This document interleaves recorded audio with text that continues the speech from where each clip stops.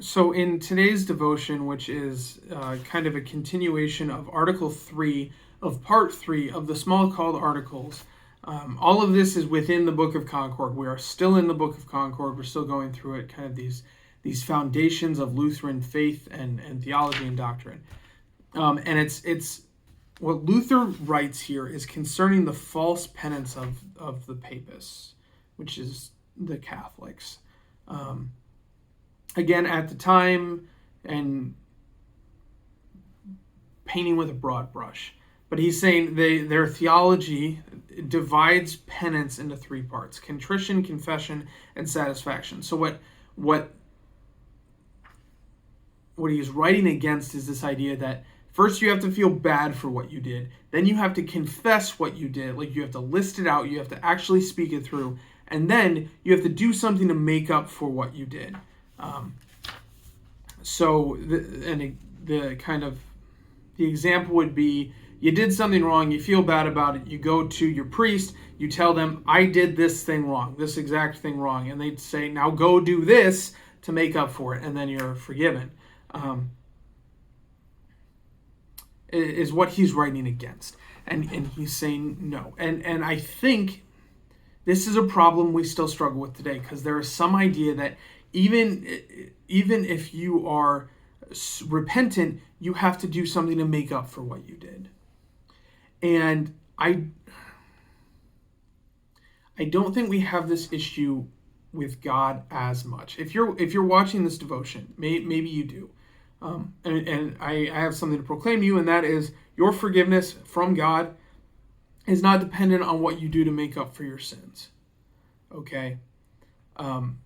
I'm not saying it's a bad thing to make up. Like, if you stole something from someone, it's not a bad thing for you to make up for that by giving it back to them. I'm not saying that. What I am saying is that your forgiveness is not dependent on it. And I hope I'm being pretty clear on that. But I think where we struggle with this more today is in our relationships with each other. We say, I forgive you, but only if you really mean it, or only if you show me that you've changed. Y'all, that's not how forgiveness works. When we forgive each other, it's supposed to reflect the forgiveness we've received. So, like, say you have a friend who's an alcoholic, and they, they do things while they're drunk, or while they're intoxicated, that hurt you. Maybe they're your roommate and they trash your stuff or something. And every time afterward, they come to you and they say, I'm sorry. And the first couple times you said, oh, I forgive you. But after that you said, well, I'm not going to forgive you until you go get help, until you stop drinking, until XYZ. Guys, we're called to a forgiveness that is, if you have sorrow for your sin, I have forgiveness for you. Now, that's not, like I said before, that's not to say that taking steps to make up for it is a bad thing, right? But the forgiveness is not contingent upon it, right? So in this situation that I've described, you go to your roommate, or your roommate comes to you and they confess and they say, I'm sorry. You say, I forgive you.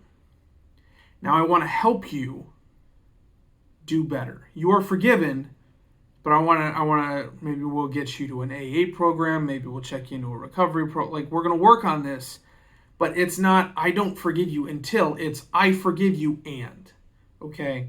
And that order matters, because we are, in a way, we are reflecting the forgiveness of God. And not to put too fine a point on it, but if someone who's not a Christian sees you and sees that your forgiveness is conditional, that's going to create some problems when you start talking about this unconditional forgiveness from God.